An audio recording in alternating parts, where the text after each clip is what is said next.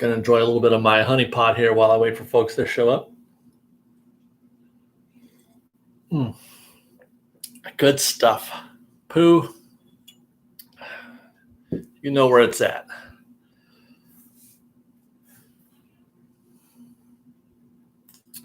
For those just warming up, today we're going to be talking about commentary on yesterday's earnings call, Disney's Q3 earnings call, which was illuminating in a few ways.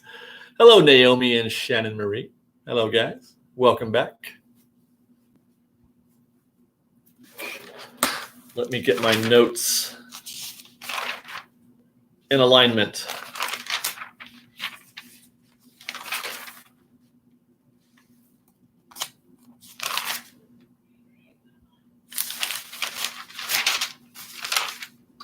Did anybody here who's present listen to, or have you heard the playback, the replay of the earnings call? This is the first time I've ever actually listened to one in its entirety, and they're kind of interesting.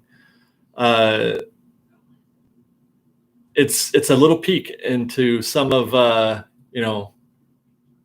just like the business side of things. I've never really paid attention to the business side. I've always been, oh, look at that pretty theming. But I am a finance major. That's what my degree is in. So I should be, a little bit more curious, I guess, about Disney's financials. But you know how it is. Once you get a degree in a thing, you stop wanting to do that thing. So that's exactly what happened to me. I got my degree, and then I went and did something completely different from my degree. I just wanted to have the degree. How many people are like that? How many people, before we get into this, are working in their field, in the same field that they got their degree in, if you have a degree? Or how many of you are working in a field completely different from your area of focus in college?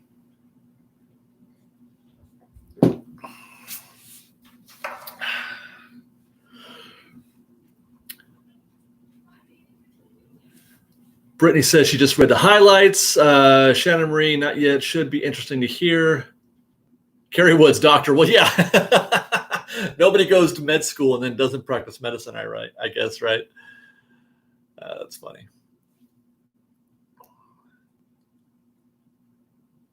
Sarah Palms, interesting. You got a degree in psychology, but you're a tax professional. That's interesting. Well, in any case, okay, let's get into this because there's a lot to cover, actually. Enough, actually, where I think I might be doing another video back on Fresh Baked Proper, a more formal, news video. But I wanted to have a conversation with you guys, here. Maybe you guys can illuminate me on a few things. So we've talked about in the past how Universal, Cedar Fair, even Six Flags, OLC are all reporting losses in the 95% range for their theme parks. That they lost 95% of their income, and we were all kind of, Disney was sort of the last to report. I think is there anybody left?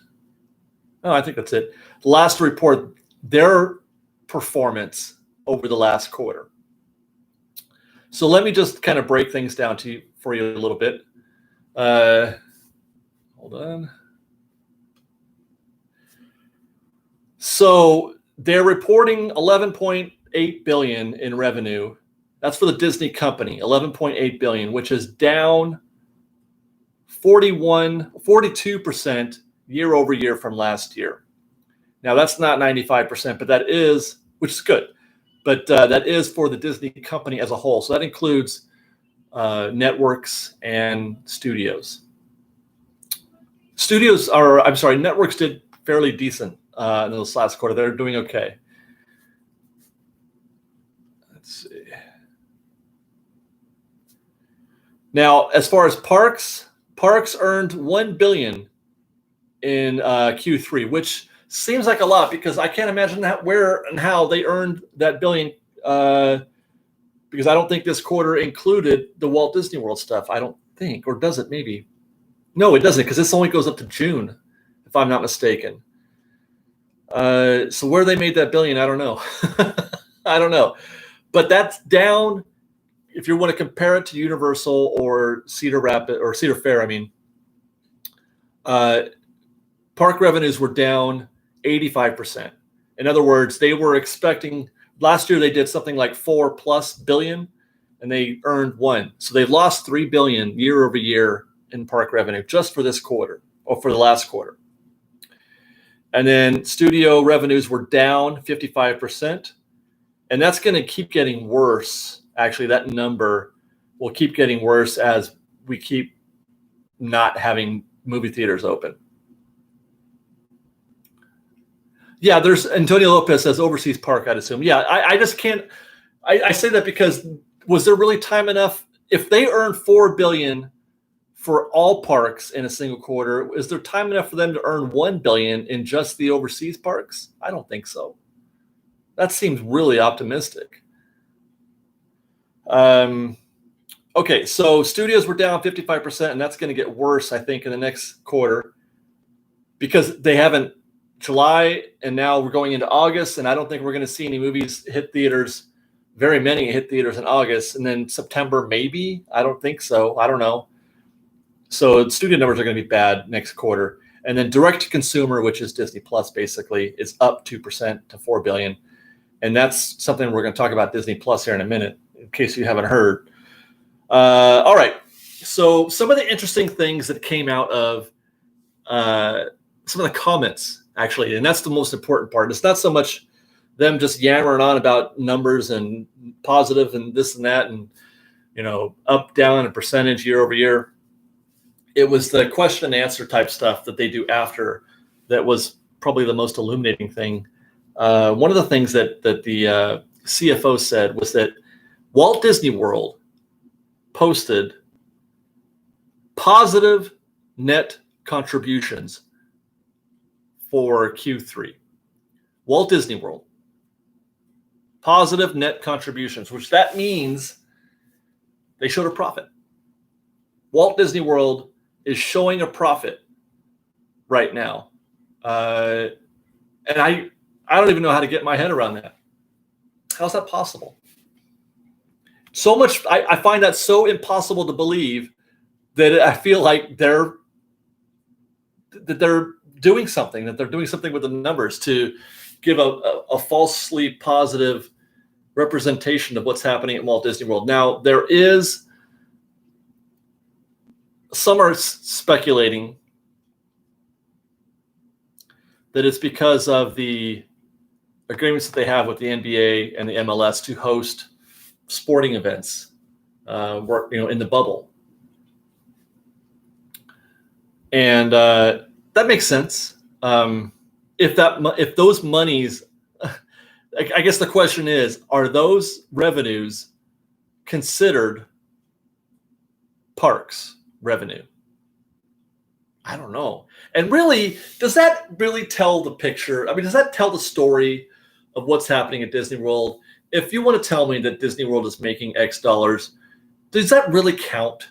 And I mean, from a narrative perspective, because when you tell me that Walt Disney World is making money, I hear the parks are making money. Okay, that the parks are earning a profit. And I don't want to hear about what the NBA is doing at the resorts, or maybe some of the players are going to the parks. I don't know. I'll count that.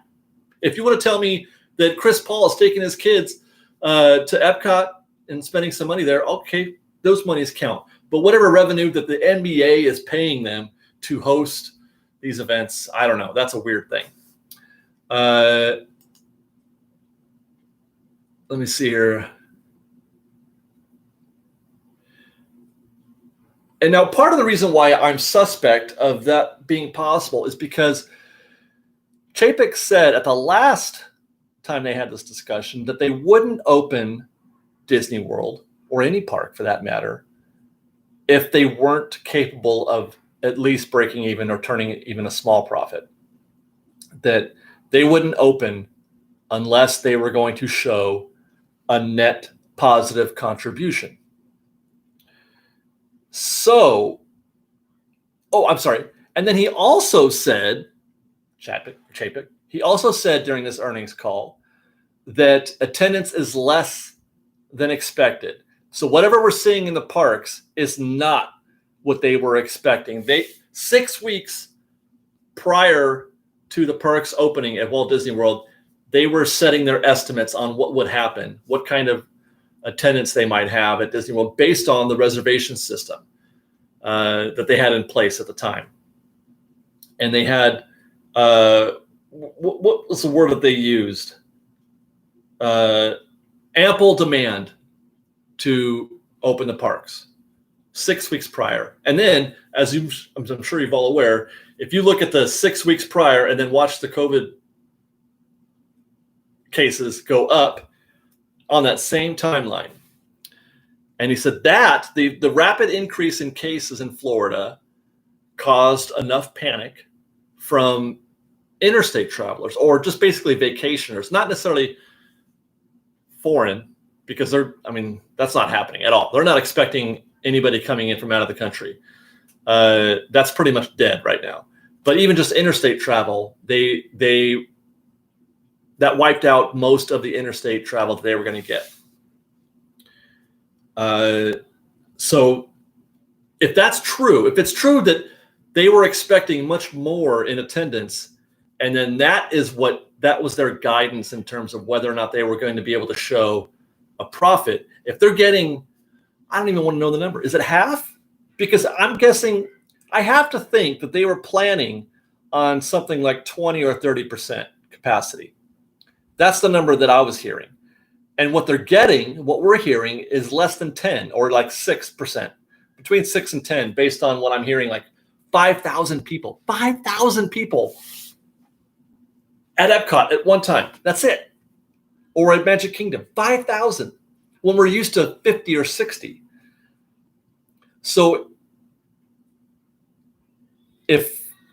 unless they were expecting 5,000 and they're getting a profit from that, I don't believe that's true. Unless there was some huge margin of error for their expectations, then I have to believe that there is some other outside influence that is creating this false positive for profit at Walt Disney World. And I mean, the NBA and MLS seem as reasonable, excuse for that as any. Okay, let's take a break to look at some of these comments. River Chaser says, wouldn't you think that they are only open if making some profit? I mean, how much do you think it takes to run WDW in a day? I don't know the number, but I'm sure it takes more than 5 or 6% capacity to break even. And I know that because, so if you just look at the numbers, so they're saying 1 billion in revenue for parks. Last year, they made 4 billion. That's 4 times as much.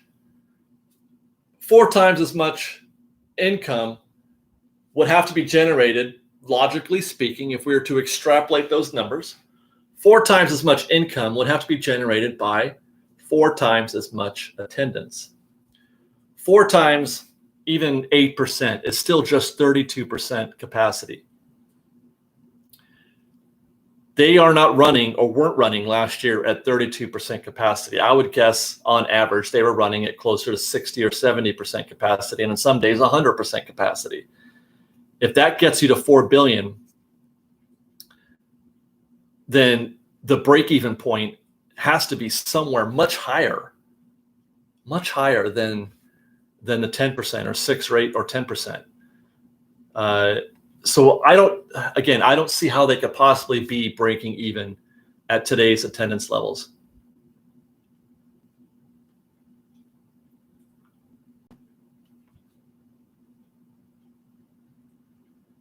Lord Puskin says, if it isn't coming directly from the parks themselves, then it really doesn't count as profits. Well, one could argue the revenue that they're earning is being generated by the resort, right? The hotels and the facilities where they're hosting the games they're paying a lease for those, I'm sure. So, I mean, technically, yes, it is resort generated revenue. I just feel like it's not typical, typical resort revenue as all.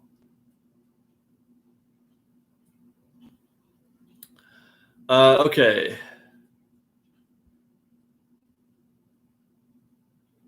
River Chaser, you said they're running fireworks every day. Are they really running fireworks? They're not running fireworks, are they?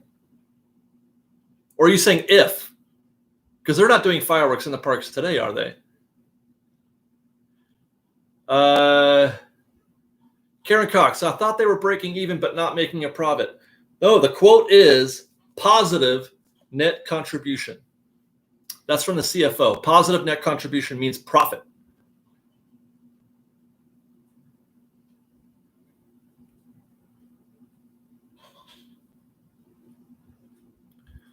I don't think anybody's complaining about not being able to go every day. To whoever asked that question, I just happened to see that. Okay, that was a question. No, I don't think they are running. They're not running anything extra like that right now. All right, what else? What else came? That was just one of the interesting things. Another thing that Chapek said, I'm learning how to say his name correctly. 50%. 50% of the attendance right now is out-of-state traffic, and 50% is local APs. What do you guys think? Does that sound high or low for AP attendance? Do you think 50% is above or below the typical for Walt Disney World? I'm an outside observer when it comes to Disney World. I know what I hear and feel when I'm at Disneyland, but I'm not sure what is typical for Disney World. Now, I know the conventional wisdom for Disney World is that it's a tourist destination as opposed to a locals park. We've all heard that. We've heard that, Disneyland is a locals park. Disney World is a tourist's park. Louis Robles says that doesn't sound right. Adam Reed, maybe a little below. Too much, Tiffany Johnson says. Antonio Lopez, that sounds about right because 50% of Disney World's APs is about 5 people. 50% is very high. That's a high number from what I'm inferring from what happened at, what's discussed at the earnings call. 50% is really, really high for APs at Disney World. Normally that number is quite a bit lower. So what they've had to do, and this backs up some of the things that we've been saying, that they're not getting the response that they were expecting from out-of-state traffic, which makes sense because of the increased numbers. So they're reallocating some of those spots that they had set aside for out-of-state travelers and given them to annual pass holders and allowing more annual pass holders in. And that's starting the way Chapek is saying is that it's a balance, that they've reached an equilibrium by doing that. And again, I don't see how that's possible. I don't see how it's possible that what we're seeing today, attendance-wise, in the parks, is par. That was their goal. They had to have been expecting more. Someone says 50% is a good number trying to come back. I agree.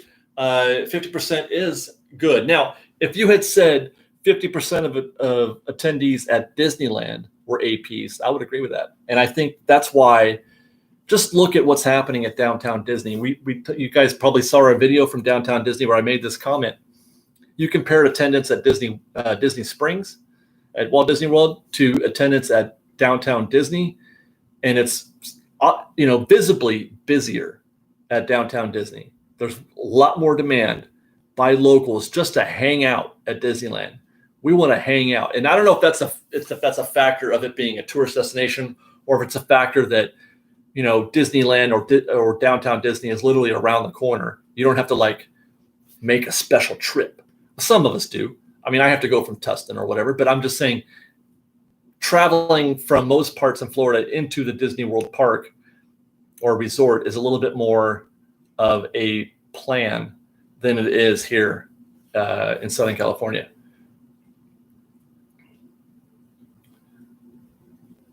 All right, let's catch up.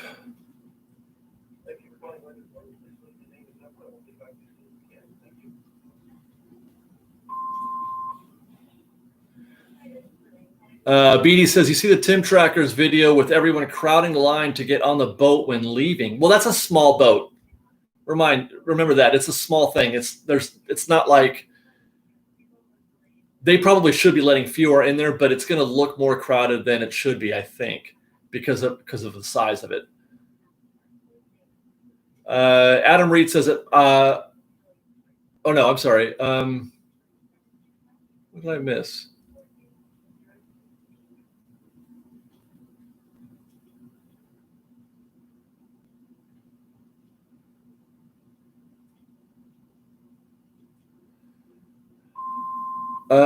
Where'd it go? Shannon Marie says, I wonder if our temps were in the normal range for summer right now, 95 to 100 daily, if we would still be seeing good numbers at Disneyland. Yeah, I think so. Lord Puskin agrees. I went to downtown Disney on Sunday just because I felt like it. The local demand is great, hoping they open the parks very soon. We're not going to see 5 or 10% at Disneyland. There's no way. And I think that Disney knows this, and that's why they're eager to get the park open. Guys, there's a lot of signaling coming from within the park that says that they're ramping up to get ready to open. And if the current short-term trends are any indicator, there may be a possibility for this. We may be a month or two away. Right now, everything, all California, Florida, and the United States the numbers are trending a little lower, and they have been for about a week now. And that could be just because more people are buying into the mask thing.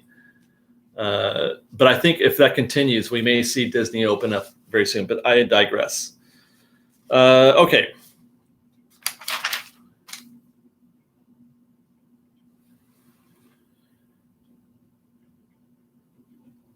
Is that all I had?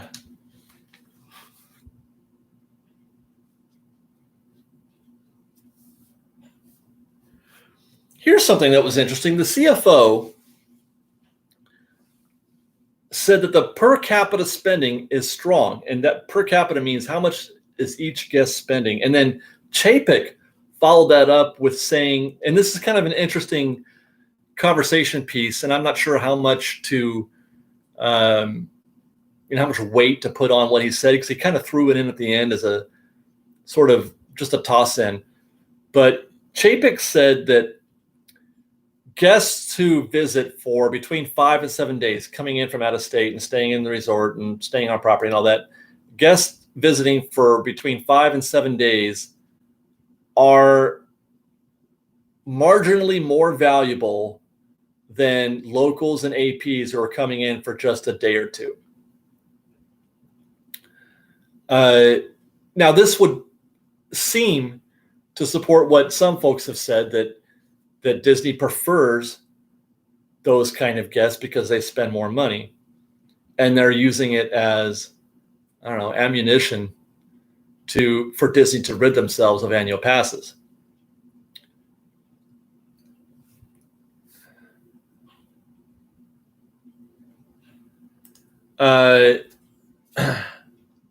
Okay, so two things. One, he used the word marginally.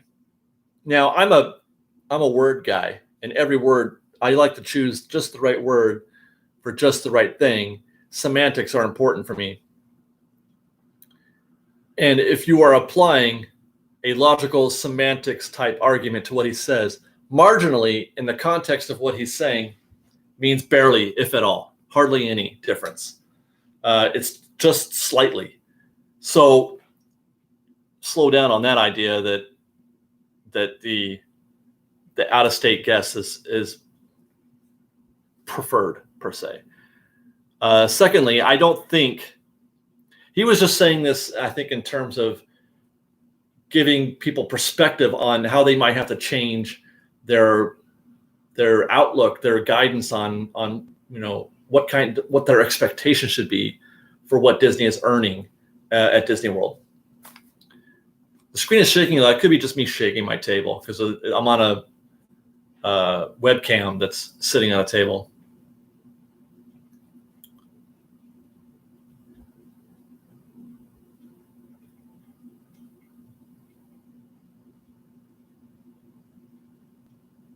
Oh, I'm catching up with some comments here.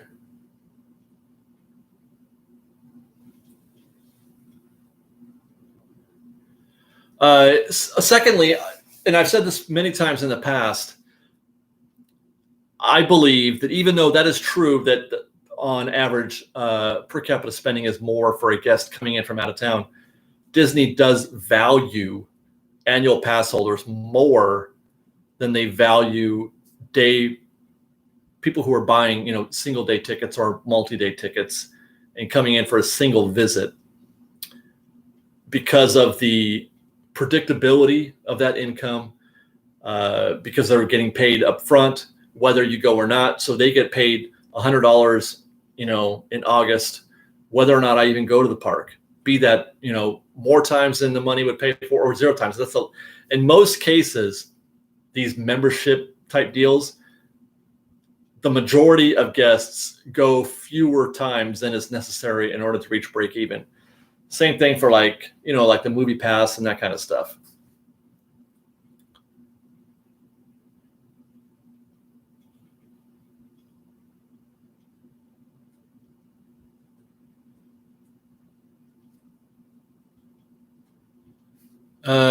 Okay, Carl Dixon says there's nothing marginal about it. Those are Bob Chapek's words, not mine, Carl. So just hang on that. Example: if you plan to stay for a while at a Walt Disney World resort, you can easily get a park pass. If you're an AP holder, it's much more difficult. I assume you mean a reservation. That's not the discussion that he was having. He was talking about how much does this guest spend when they're in the park. Does a guest who is there for 5 or 7 days spend more than a guest who is there with an annual pass? It only counts those guests who are in the park. So the argument that you're having, or the statement you're making, doesn't apply to this conversation.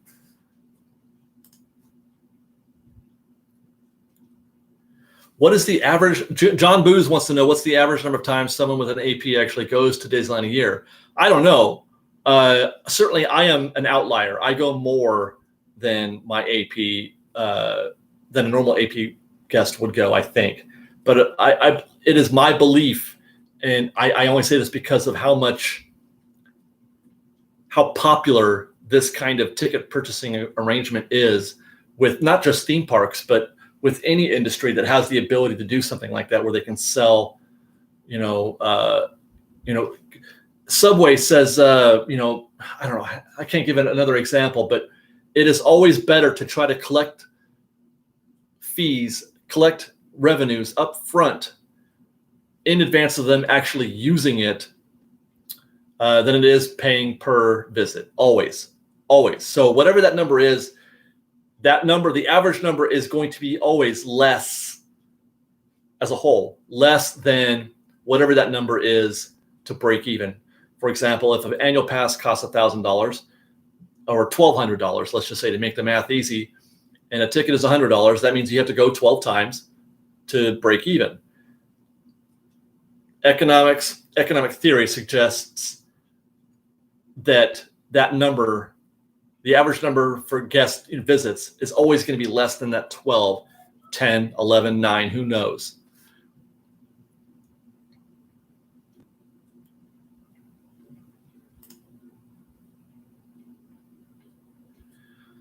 Okay, let's see.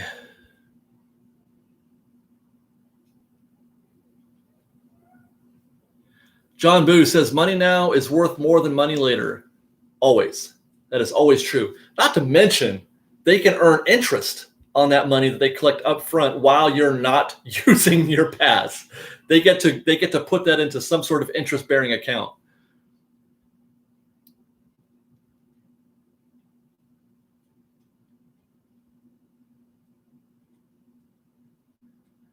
Okay.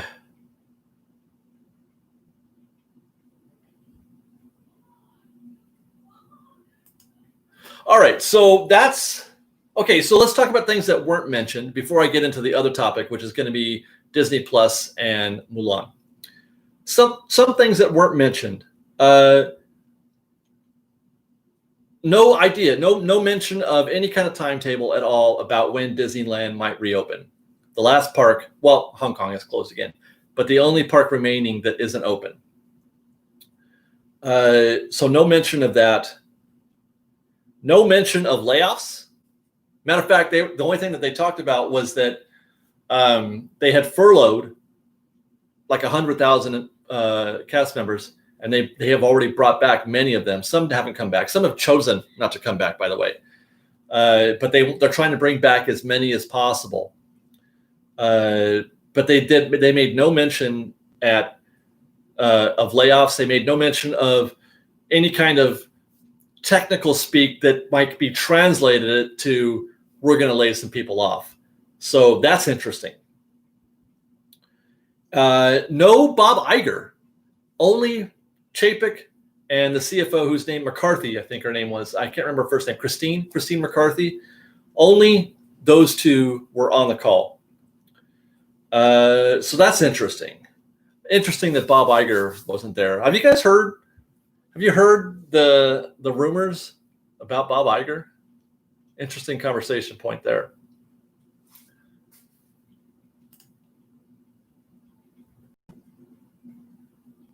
Let's see. Catching up. Okay, so let's get into Mulan and Disney Plus. I can't wait to talk about this because this is a fiery topic.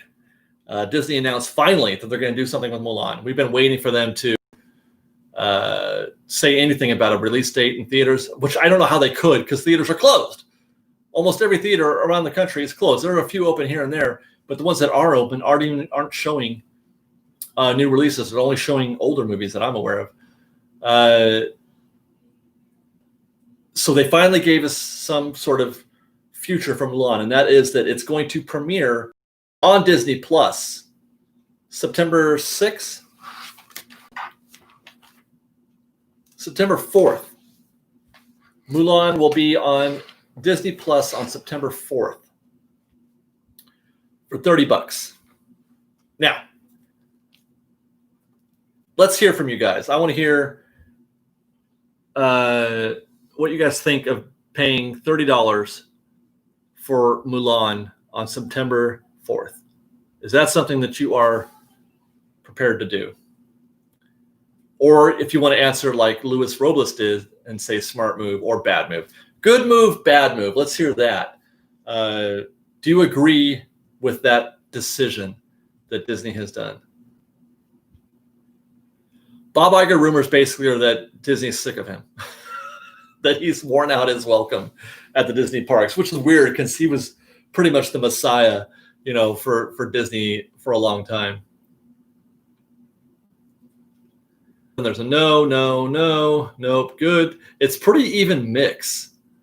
It's a pretty even mix of opinions on this. That's interesting.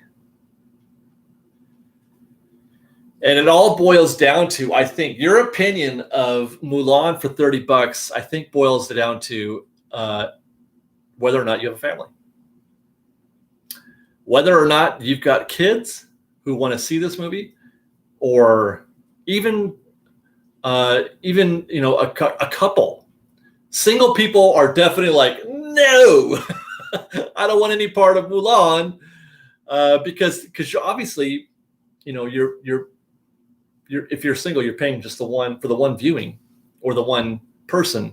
Whereas if you're a family of four, that's a great deal compared to a movie ticket price.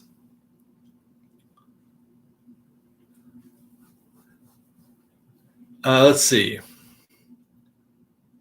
Janet Gardner says one view only, no. Unlimited views, maybe yes. As far as I understand it, Janet, once you purchase that $30 title, you can watch it as many times as you want. It stays on your Disney Plus forever. Which, I mean, it's gonna arrive later in 3 months from now, or 3 months from whenever if it's September 4th and in December at some point, it will arrive free on Disney Plus, like any other movie would eventually.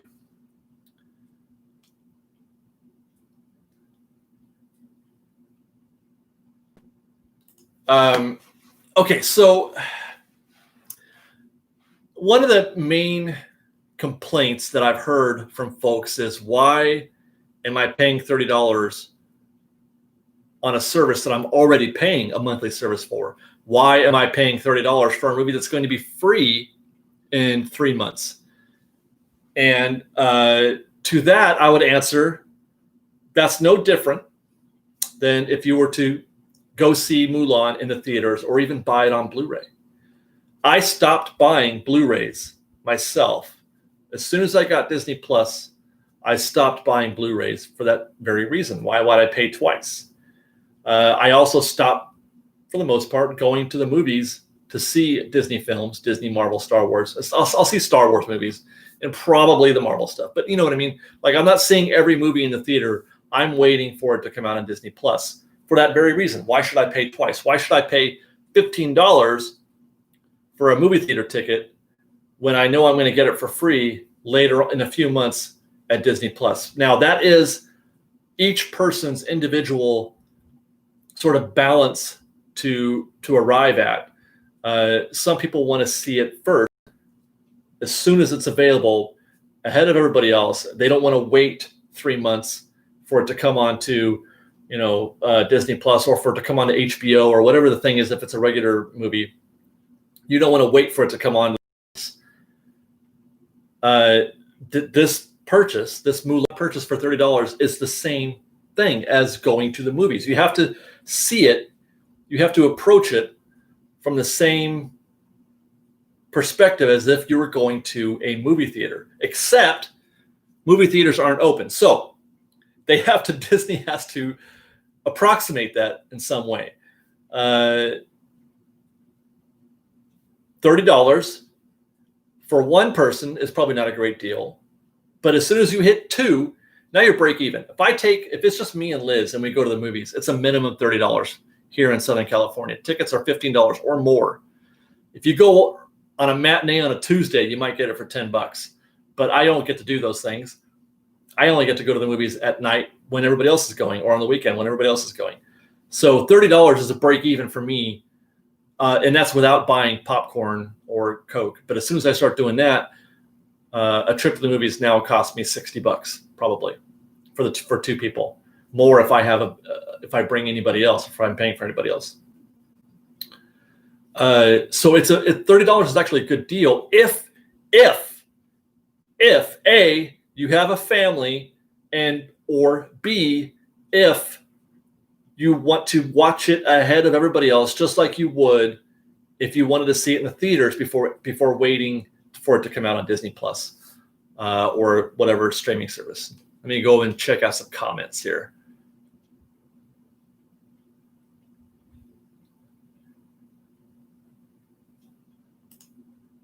You do own it, Rachel. You do own the movie at this point. Just like you kind of own everything on Disney Plus, period, because all of it can be downloaded. And it never is going to leave the service. It's not like it's going away. It's as if you own the digital copy.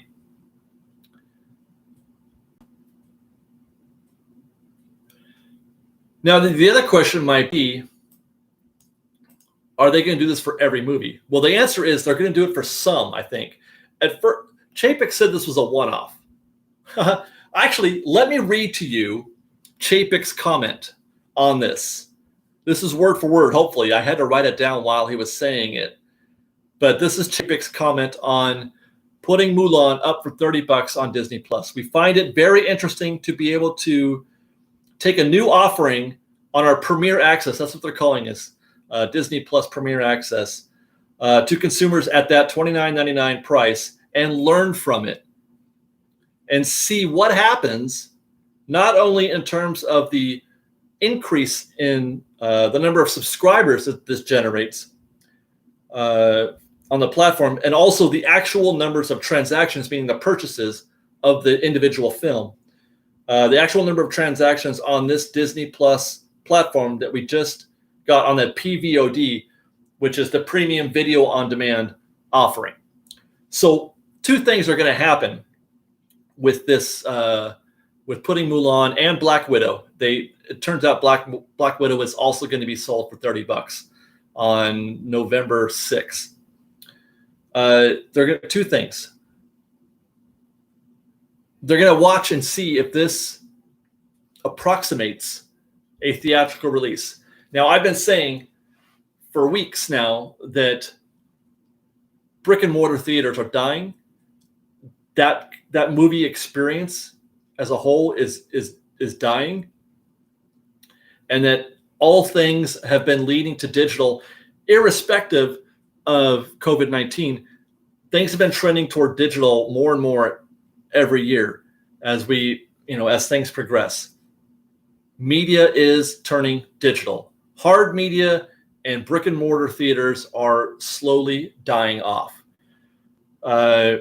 So they're going to watch this and see if this in some way approximates a theatrical release, in advance release for those who are really hardcore and they want to see it right away.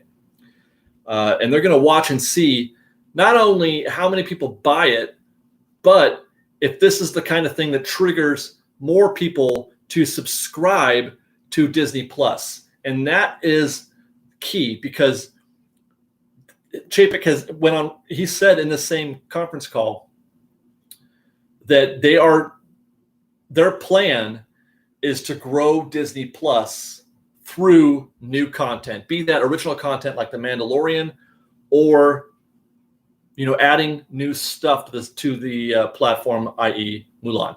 I'm gonna read some comments here before I get into this further. Okay, Mikey D says, will it only be for 3 or 4 months? Did they say that? I'm still waiting for Mary Poppins Returns on Disney Plus. Well, that's just typical. That's all. I don't know if it's what the exact number is going to be, but it's typical for a movie to appear on a streaming service or some other, like HBO or something like that, in about 3 or 4 months after the theatrical release. Porkin says, bad idea, David. When you buy the Blu-ray, you own it and they can't alter your copy. No, that's true, but I have Disney Plus. So it doesn't seem, I have a stack, Porkins, I have a literal stack of Steelbooks and Blu-rays that I haven't even opened. Okay, because I just watch them. I stream them. I stream them on Netflix. I stream them on Disney Plus. I stream them wherever. That's just how it is. So I just had to, I like owning physical media. I really do. I like owning Blu-rays. It comforts me. It's an enjoyable thing for me to see the Blu-rays on my library, but it's a waste of $30 for me personally. Okay.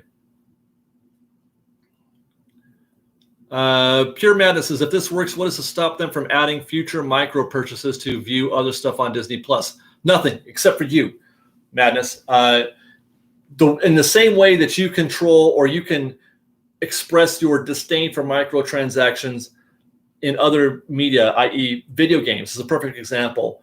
I think, if I recall, the last Star Wars game, Battlefront. No, I can't remember what it is. The Battlefront. They were going to start doing microtransactions on that one, and everybody lost their minds, and they raised hell, and they stopped. So your voice is what stops them from doing that. But they're going to test it, and that's what he says. He's going to watch and see what happens, and see how we react. And if we react favorably with money and purchases and subscriptions, then they're going to do it some more. And the reason why they're doing that is because you're saying with your purchase, with your subscription, that this is what I want. So to answer your question, Pure Madness, you stop them. Disney's not going to stop themselves. Let's see. Justin Wyatt says that they have to try to make money. And that's the other reason why they're doing this. And he said this specifically. I don't know if I have that comment in here. Well, I'm going to paraphrase. Mulan was chosen to do this principally because these movies like Mulan, are just so damn expensive to make. And they're already out of pocket on this. They've already paid the bill. And we've talked about this before, that one of the reactions that we're going to see to this move to digital, if it keeps happening, is that movies are going to be lower in production value. They're going to spend less to make more, or spend less to make these movies. They're going to go for lower budget films because there's less risk in those. If you're just going to put them directly to a streaming service, Mulan can't just go directly to Disney Plus like they did with Onward. They can't because they've got to recuperate some of that expense. They didn't have a choice with Onward because the movie had already been in theaters. It just got cut short. So they said, you know what? Forget it. Here you go. Here's Onward. But movies that haven't been released yet, big budget movies like Black Widow and Mulan and others, Tenet, for your non-Disney folks, they've got to recuperate that $300 million. And that's really the only way to do that, is to go VOD. Now, it's easier for other studios to go VOD for those movies because they could just license it to Amazon Prime, but Disney can't do that. Disney can't put it on Amazon Prime first and then let it go to Disney Plus. They've got to figure out a way to capture all of that themselves. So they're just going to drop a VOD service like Prime on top of Disney Plus. And it makes perfect sense. It's actually genius, in my opinion. Doing this, selling Mulan for $30 at the end of the day, in my opinion, is genius.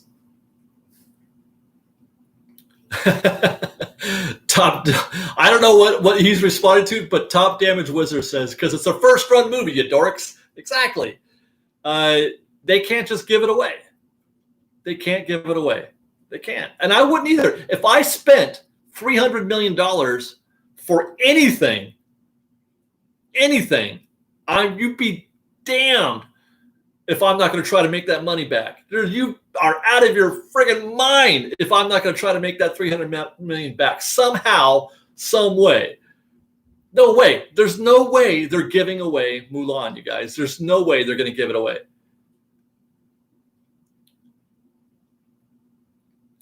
And if it's a pass for you, it's probably because it was a pass for you anyway.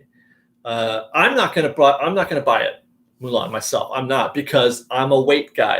I was already prepared to wait for any release that would have gone on Disney Plus eventually. Black Widow, whatever. I'm going to wait for those movies to show up on Disney Plus because that's the choice I made. I stopped buying Blu-rays and I stopped going to the movie theaters. The only movies that I go to or would go to now are other studios' films that I can't see on a streaming service that I pay for.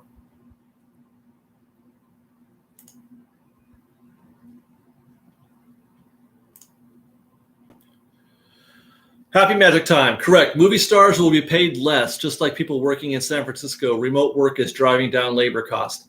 True statement, both of those things. You're going to see a drastic reduction in how much it costs to make a movie and how much the actual talent are getting paid. Everybody's going to be adjusted. They are making way too much money. I read a fascinating article about the explosion of production costs for films and how it was mostly related to the explosion of how much it costs to pay a leading man, $25 million to be in your movie or whatever. We're not going to be, I don't think we'll be seeing as much of that in the future as we used to. And the reason why that happened, the reason why everything sort of, mushroomed the way it did in terms of how much it costs to make a movie is because there was no oversight. Nobody was there to say no to the studios and to the theaters to say no. All they did was say, okay, it costs $250 million. Okay, well, whatever it costs us or however much we got to charge you, the viewer, to recoup that $250 million, that's how much we're going to charge. And they just passed it straight on to us guests. They did not absorb any of that. They don't care. They don't care how much it costs for Tom Cruise to be in their movie because they're just going to make you pay for it.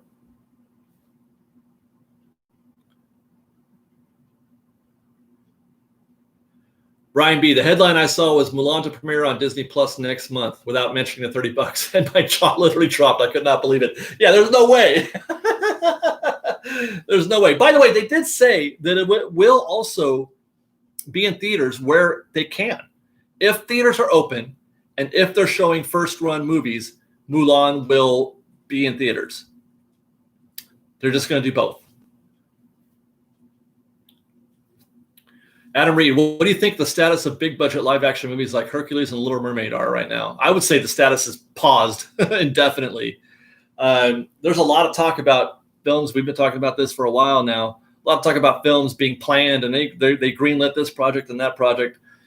I'm a wait and see guy. I'm the kind of guy like, okay, well, I'll believe it when I see the product hit the screen, because it's so iffy what's happening in the industry right now. It's so iffy that I don't know who could say, yeah, this is definitely going to be a moneymaker for us. Really? Because where are you going to show it? Unless you have a streaming plan that does show you're going to make money. The only way I would bank on a show being made right now, a film or a TV show or anything like that, is if it's guaranteed to earn revenue on a streaming service. That's the only way. So it's the movies. That's why they're making more stuff like Mandalorian 2 or TV shows, and you're seeing fewer actual films being put into production, because that, I think, is such an iffy thing.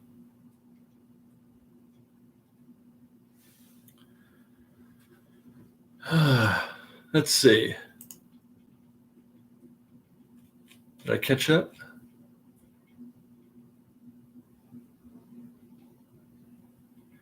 Tom Cruise in space movie? What is this? I hear two people talking about Tom Cruise in space. What movie is that? A Weather Eye says, I'm a member of SAG-AFTRA.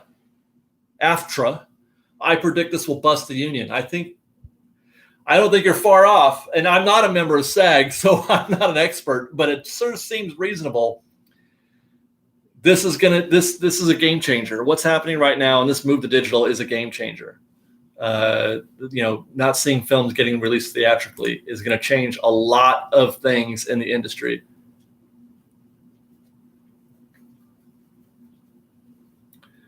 Society has progressed past the need for Tom Cruise. Well, that's probably true. I'm a Tom Cruise fan myself, but that's a funny statement. He's negotiating with SpaceX to film a space thriller in space. Like, who needs that? Technology is so good today. You could tell me a movie was filmed in space and I would believe you. And it could be entirely shot on green screen. Why would they need to go to space? That is the very definition of what's wrong with Hollywood right there. That is the very definition of what's wrong with Hollywood. What a waste of money. What a waste of money. Wow. He does like to go to the extreme. I do, yeah. Okay, so we got 7 minutes. Give me some questions, guys. Do you have any questions about the earnings report, about Walt Disney World? And, dude, those scenes with Tom Cruise hanging off planes are fantastic. I love it. I mean, what a crazy, crazy dude he is. I love it. Yeah, Waterworld. Somebody just said Waterworld. This is going to be worse than Waterworld, SpaceX. Tom wants a free space trip. Okay, so yeah, I think that's everything. By the way, I should throw in there, Disney stock went up because of this news. What does that tell you? What does that tell you that Disney stocks went up after this news? Adventures in Design says, what would your financial plan be if you were sitting in the driver's seat for Disney parks? I would immediately cease all development. No new rides, no new attractions, no new shows, no nothing. Stand pat, go with what we got, give everything a good shine, put a lot of spit and polish on every single feature going on in the park right now. But no new development, nothing new. I would clean a lot of house, trim a lot of fat on the payroll, and that includes WDI, unfortunately. because there's you don't even need WDI if you're not putting out any new product. If you're not building any new rides, you don't need WDI. And then I would make the park as juicy and delicious in terms of, how good the presentation is for guests to come in. I would make it the shiniest, cleanest, most friendly, spacious. I would minimize guests. I would do things at like 50%. And then I would just sell that. I would just sell that for 10 years. I would do that for 10 years and let it ride.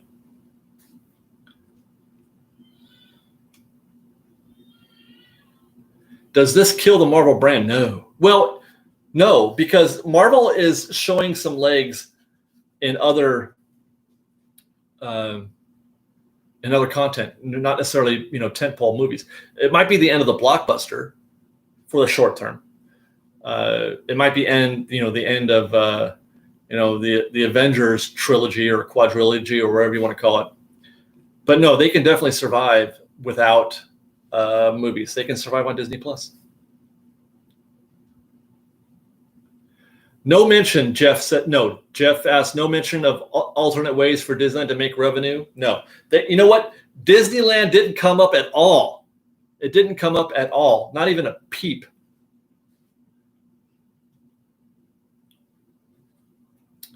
Luis Robles says, obviously it appears as though Disney has more in the tank than most people estimated. Well, yes, perhaps, but not as much as the optimistic folks believe either. They showed 23 million cash on hand, or 23 billion, I mean. But those were all loans, or mostly loans from Bank of America, I think. They borrowed a bunch of money so they could pay off their debt. That 23 billion will last, if they don't earn any money, will last about a year, and that's it, from what I'm hearing. So they've got a year. We've got a year of this, and if they don't turn the corner in a year, that's when you can start talking about Disney going bankrupt.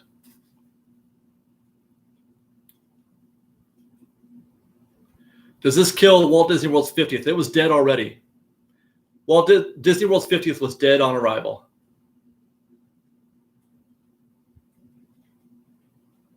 Anything about the cruise ships? I've heard that Disney's cruise ships have been given the okay.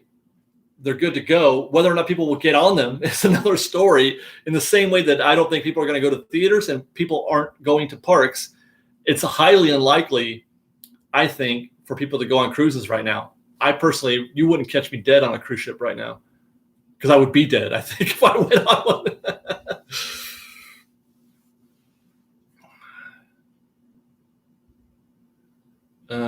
Okay, let's see. Antonio Lopez says, how about getting the DCA Food and Wine up and running again? Word on the street is you're not going to see DCA. Even if Disneyland were to open this year, you won't see DCA open until next year. And that is because they don't have enough cast members to operate both parks. A bunch of cast members have opted out of, staying with the company. They're doing other things or just staying home. But they lost a good number of cast members. So they don't have enough people to run both parks. And they had to pull a bunch of cast members from DCA over to Disneyland if they were to open.